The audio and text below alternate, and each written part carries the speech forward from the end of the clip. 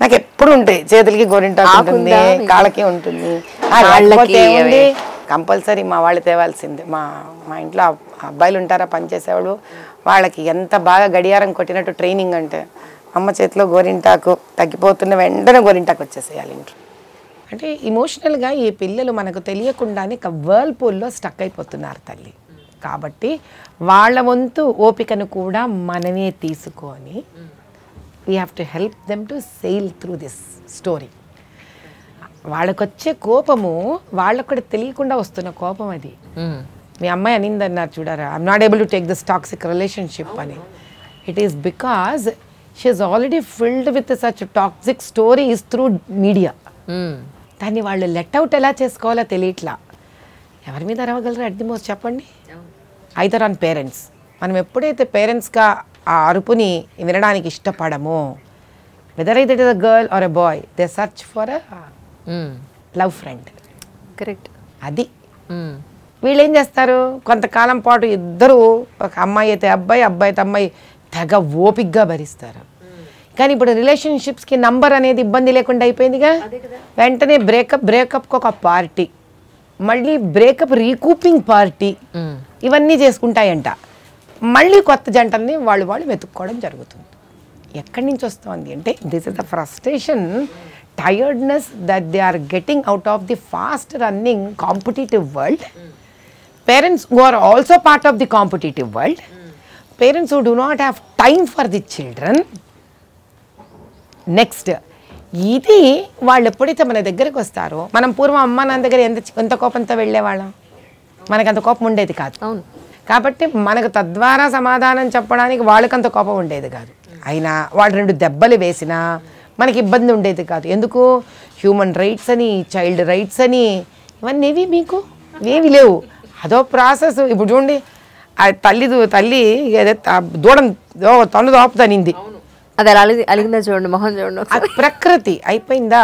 అలా మనం కొట్టాలో తన్నాలో అన్నట్లే.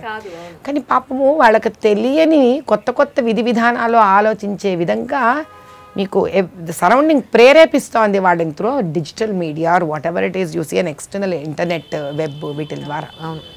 మనం కూడా తద్వారా ఆ ఇబ్బందిని అర్థం చేసుకోగలిగే వాళ్ళకి సహకరించిన నాడే వీళ్ళ కోపావేశాలని మనం కొంతవరకు శాంతపరచగలం. కాబట్టి మనం we are extra loaded with responsibility. కాబట్టి అటువంటి తరుణంలో మనం ఎక్స్టర్నల్ ప్రెషర్స్ మన కోసం మనం పెట్టుకున్నవి కాస్త మనం తగ్గించుకోగలిగిన, లేదా ఒక ఆధ్యాత్మిక స్థితిని మనం పెంపొందించుకోగలిగినా మాత్రమే వీళ్ళని హ్యాండిల్ చేయగలుగుతాం.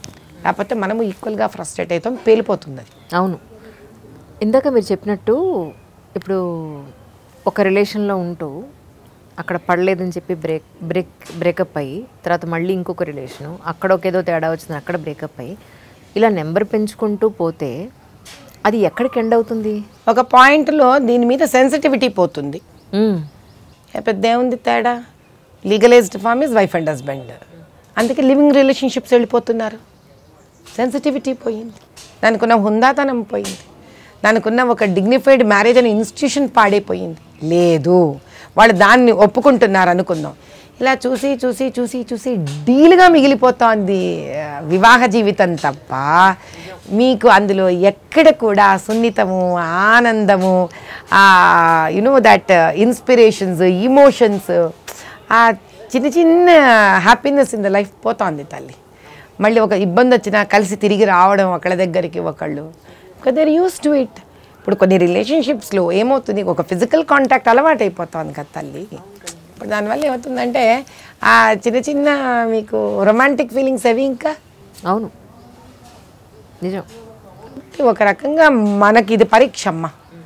We as parents, wife and husband as wife and husband, wife and husband as parents, it's time that they understand that any of their frustrations or their impatience to handle children will lead to a child's destructive life. నేను మిమ్మల్ని కంచిలో చూసినప్పుడు, ఈ పసుపు తాడు చూసినప్పుడు అక్కడ మీరు వేసుకున్నారనుకున్నాను.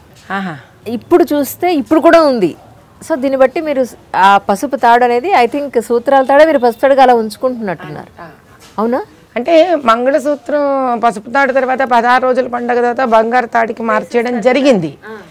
But over a period of time మరి ఒక ఫిలసాఫికల్ లైఫే కానీ ఏదైనా కానీ నాకు పెరిగిన తర్వాత, ఆధ్యాత్మిక స్థితి పెరిగిన తర్వాత నాకు అర్థమైంది ఏమిటంటే, మంగళప్రదమైంది అందులో ఏమిటి, నా పసుపు నా బంగారు తాడు ఎంత లావుగా ఉందో, ఎంత జిగేలంటుందో, దానిలో ఎన్ని డైమండ్స్ ఉన్నాయో ఇంపార్టెంట్ కాదు, దానికి వేసిన 2 సూత్రాలే మంగళప్రదమైనది.